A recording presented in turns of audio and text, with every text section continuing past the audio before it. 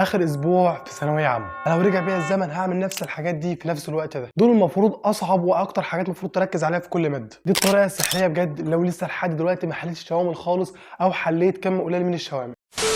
السلام عليكم، ازيكم يا شباب، عاملين ايه؟ المفروض ان انت خلاص اسبوع بالظبط على امتحاناتك ان شاء الله. وانت الفتره دي بجد كتير ممكن متحير جدا من ناحيه مثلا ان هو حاسس ان هو كان مقصر ومحل الشوامل كتيره، واللي لسه ممكن واقع منه اجزاء لحد دلوقتي في المنهج، واللي لسه بيحل مثلا جزئي وخايف طب يعني هل الحل الجزئي اهم ولا الشوامل؟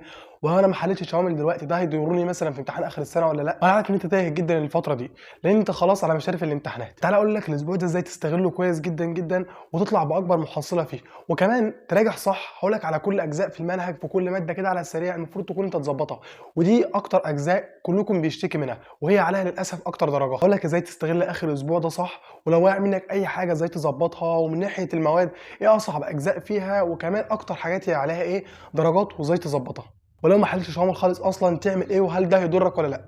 فكمل معايا الفيديو وما تنساش اللايك والاشتراك في القناه وتفعل زر الجرس عشان يجي لك كل الفيديوهات الجايه. بص خلينا نتكلم ان انت فاضل لك دلوقتي اسبوع، فانت المفروض تكون بجد مستغل كويس جدا جدا. واظن ان معظمكم مثلا ممكن يكون خد اجازه امبارح بمناسبه العيد وكده، كل سنه وانتم طيبين، فانت جسمك الى حد ما وعقلك كده بدا يستريحوا شويه. فالمفروض ان انت بعد اي حاجه بتاخدها اجازه تبدا ايه تستعد كده صح وتشوف نفسك والله فاضل لك ايه وتبدا تظبطه. فزي ما قلت انت فاضل لك اسبوع، الاسبوع ده ازاي تستغله كده ايه صح. اول حاجه لازم تعملها الفتره دي ان انت تحاول تصحى بدري. بجد الصحيان بدري والله هيديك كميه وقت في اليوم هيتخلص يعني كم كبير جدا انت ما كنتش متخيله. كمان ده هيساعدك لان انت امتحانك زي ما قلت خلاص كلها 7 ايام ولا حاجه ولا 10 ايام. بجد الامتحان هيكون 9 الصبح، فانت لازم على الاقل تكون صاحي مثلا من الساعه 7. طب وانت متعود انت تسهر بالليل فهتلاقي نفسك صاحي للامتحان وانت مش فايق والدنيا بايظه معاك خالص. حاول بجد الايام دي تستغلها في ان انت تظبط جسمك كده، تحاول كل يوم تنام بدري اكتر. والله لو صحيت الفجر واستغلت لحد اخر اليوم هتلاقي كميه انجاز في يومك انت مش متخيله. تاني حاجه لازم تركز على كل الاجزاء اللي واقعه منك. ما تبصش يا عم ده حل 900 شامل وانا ما حلتش خالص والكلام ده. شوف انت ناقص لك ايه. كل واحد فيكم بيختلف هو ناقص له ايه الفتره دي. في منكم كان سالني ان هو مثلا لسه بيراجع ومش عارف فاضل له جزء ايه، لسه فاضل له مش عارف محاضره ايه عايز يسمعها. انت حاول بجد الثلاث اربع ايام الجايين دول تستغلهم في انت تخلص كل حاجه وراك، بحيث ان انت ان شاء الله يفضل لك مثلا قبل ما تبدا المواد اللي هي غير مضافه يعني تحل مثلا حتى ولو كام شامل عادي. يعني الشوامل مش نهايه العالم. ما تدخلش في الدوامه بتاع تسمع من ده فتلاقي نفسك ما خلصتش حل جزئي وداخل تحل شوامل. طب ده بيقول لي والله انا حليت شوامل مش مظبط حل جزئي، فما تدخلش في الدوامه دي. شوف انت ناقصك ايه الفتره دي بجد وركز عليه كويس جدا جدا. ثلاثه، حاول تذاكر بتقنيه البومودورو ويكون جنبك الفتره دي تايمر. ليه بقول لك كده؟ لان ده بجد هينفعك جدا في ان انت تستغل وقتك لحد الاخر. انت بتذاكر حوالي 50 دقيقه ومتواصله وبعدها تاخد حوالي مثلا 10 دقائق راحه. طب ليه بقول لك كده؟ اول حاجه ده هيخليك انت تستغل وقتك كويس جدا جدا، مش هتعمل اي حاجه في الكام يوم غير ان انت تكون بتذاكر، وده بجد والله ينفعك وهينجز معاك كم انت مش متخيل. انت لو جيت في اخر اليوم وجيت بصيت انت ضاع منك وقت قد ايه، هتلاقي منك ضاع ساعات كتيره بجد.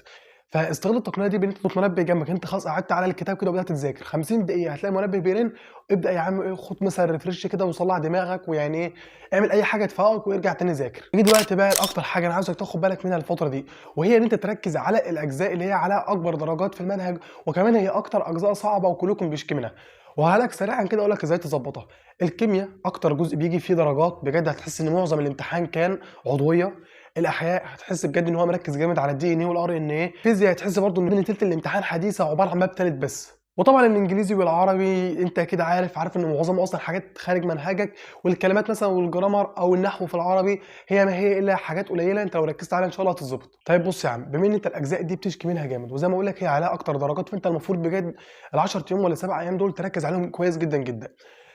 بص انا كنت عملت لك قبل كده فيديو مثلا عن العضويه منفصل وقلت لك سريعا كده ازاي تلمها. اول حاجه تعملها ما تقعدش تسمع شرح تاني سواء عضويه او سواء الدي ان ايه والار ان ايه او كل الاجزاء اللي قلت لك على دي. يبقى اول خطوه ما تسمعش شرح بجد لان لو انت كنت مذاكرهم قبل كده. تاني حاجه انا عاوزك تذاكرهم سريعا. يعني مثلا اقعد على نص العضويه كده، هيدروكربونات والمشتقات، تقعد مثلا ساعتين ثلاثه ورا بعض وابدا بجد حاول تلخصهم. يعني انت بتقرا قراءه سريعه مش بتذاكر تاني، انت بتقرا قراءه سريعه فبتشوف كل صفحه ايه اللي انت تستفيده منها. انا والله الصفحه دي حاسس ان انا فارغ، خلاص يا عم اكتب كام معلومه اللي استفدتها من الصفحه دي. انت نفسك عملت كام على الدرس الاول والثاني والثالث، يبقى انت كده جمعت الى حد ما الشرح النظري ولو في مثلا اي قانون. تيجي بعدها بقى ايه على اهم حاجه المخططات. ما تفتحش الكتاب في المخططات. انا كنت بعت لك المخططات بتاعتي على التليجرام، افتح كده بجد واكتبها وكل يوم عد بنظرك عليها. مش هاخد منك والله العظيم 10 دقائق كل مخطط كل يوم، مش هتحس بيه اصلا. انت لو ماشي في مواصلات في اي مكان وبصيت على المخطط هتلاقي نفسك افتكرته. فكده والله بجد العضويه هتتلم ان شاء الله ان انت جمعت المخططات وكمان لخصته. وقيس كمان الكلام ده في الدي ان اي والار ان اي، وكمان ده هينفعك اكتر في الدي ان اي والار ان اي. اسمع مني بس، امسك كده كتاب الشرح واقرا كل صفحه على السريع، شوف منك انت استفدت ايه من الشرحه دي، انت استفدت ايه من الصفحه دي. يعني الصفحه دي لو حب يسالني هيسالني في انهي حته، واكتب الكلام ده بجد والله هيلاقي نفسك في الاخر لو 100 صفحه انت لخصتها في 30 40 صفحه، ولكن ده هينفعك جدا في ليله الامتحان. وهي ملخص انت هتحتاجوه ان شاء الله هبعته لكم على التليجرام، فهسيب لكم اللينك بتاعه في الكومنتات، بس تدخلوا فيه. الحديثه نفس الموضوع، انت هتجمع برضه الشرح، لان بجد والله انا اخدت بالي ان الحديثه في معظم كتب الفيزياء يعني عماله ترغي ترغي هتتوهك في الاخر.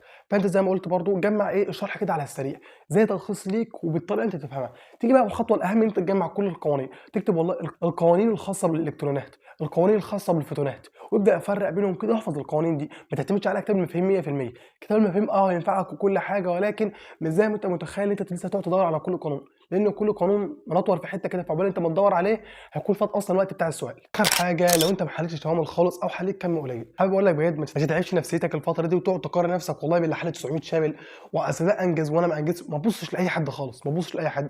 والله العظيم الشوامل مهمه، وانا كل مره بقول لك ان هي مهمه ولازم تحل وكل الكلام ده، ولكن في ناس اقسم بالله ربما دخلت الامتحان اخر السنه بعدد شوامل تتعدى على الصوابع كده، والحمد لله ربنا كرمهم وجابوا مجموع. ولكن هم كان عندهم فكره شويه ان هو مش بيحل شوامل وخلاص، وهو بيحل الحل الجزئي، ما الحل الجزئي هو الشوامل، بل كمان الحل الجزئي بيركز لك على تفاصيل اكتر من الشوامل. فانت يا عم دلوقتي بتحل حل جزئي، حاول لحد ما تخلصه سريعا، واظن لو انت حتى فاضلك حاجه في الجزئي هتكون قررت تخلصها انجزها يا عم، واللي تقدر عليه في الشوامل انجزه، الدنيا مش هتخرب يعني. طيب لو انت اصلا عاوز مثلا خطه معينه تظبطها كده في الشوامل، انا كنت عامل لكم خطه بدأناها من كام يوم في الشوامل على التليجرام، كنت بعت لكم كده وببعت لكم كل يوم اقول لك المفروض تحل ايه عدد الشوامل ده، وبعت لكم والله مثلا 2 شامل عربي، 2 شامل من كتاب كذا، 2 شامل كذا، ومعظمكم الحمد لله بقى بيلتزم بيها. فلو انت حابب تلتزم بيها خش في جروب التليجرام وحل اللي تقدر بيه بعد ما تخلص الحل الجزئي. وبس ما حبيتش اطول عليكم، فاي حد فيكم عنده اي سؤال يكتبوا لي في الكومنتات وان شاء الله هرد عليكم، او يبعت لي على الانستجرام بشكل شخصي كده وبرضه هرد عليه ان شاء الله. ما تنساش اللايك والاشتراك في القناه وتفعل زر الجرس عشان ان شاء الله كل الفيديوهات اللي جايه هتنفعك جدا.